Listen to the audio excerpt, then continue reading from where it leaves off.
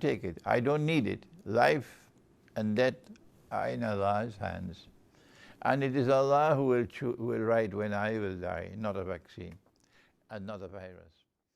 I have one more comment to make before I end. This is the longest statement I've made so far about the virus.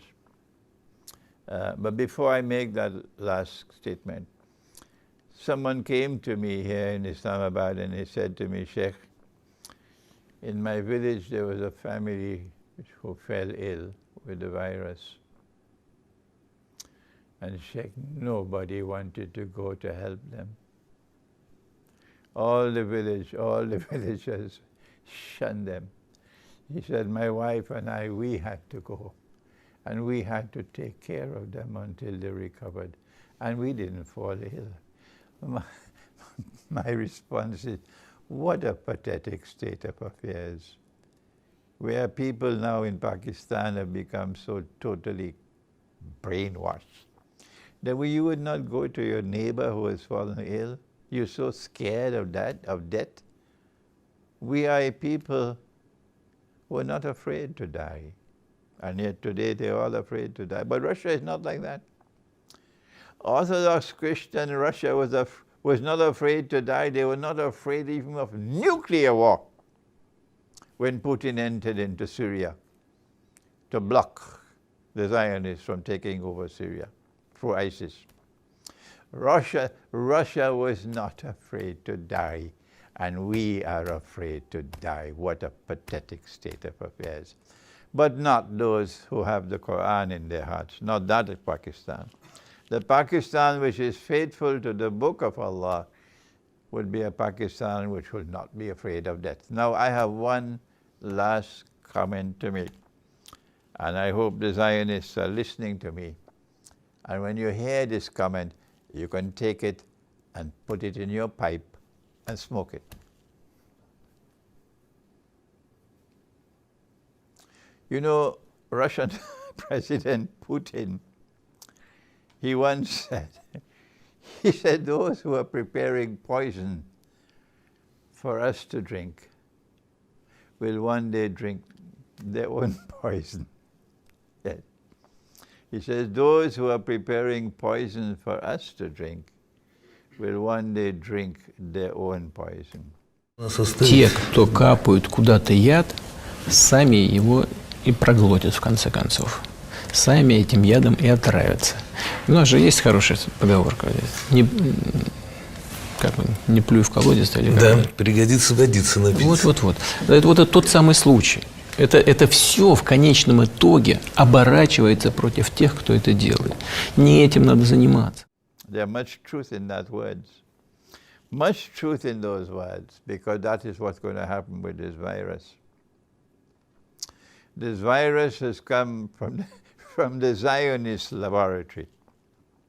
And this virus was created to try to facilitate Pax Judaica, to replace Pax Americana, so that Israel can become more easily the ruling state in the world without the obstruction of a hostile Arab population within Israel and around Israel. So using the virus as a biological weapon. But don't you know that Allah can also do it?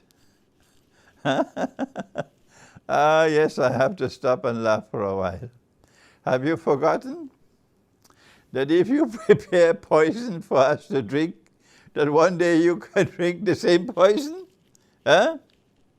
Well, let me tell you what is the fate awaiting you.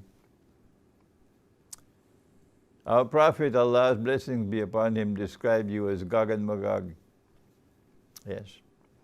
Because Gog and Magog are those who bring the Jews back to the Holy Land to reclaim it as their own. 2,000 years after Allah had expelled them and blocked their return. And guess what's the fate of Gog and Magog? Yes, there is one part of the fate in which they'll be checkmated in the north. And that's coming in the big war. Qarnayn, the first Qarn and the second Qarn. But that's not our subject. The Prophet said, alayhi salatu wasalam, that they will come down from the north and pass the Sea of Galilee on their way to Jerusalem. And by the time the last of them pass, before they're blocked, the last before they're blocked, they will say there used to be water here in the Sea of Galilee. The Sea of Galilee will be dry. So there'll be one part of Gog and Magog which will be blocked in the north, in the second Qarn of Qarnayn. But the rest of Gog and Magog will be down in the south, in Jerusalem, around Jerusalem.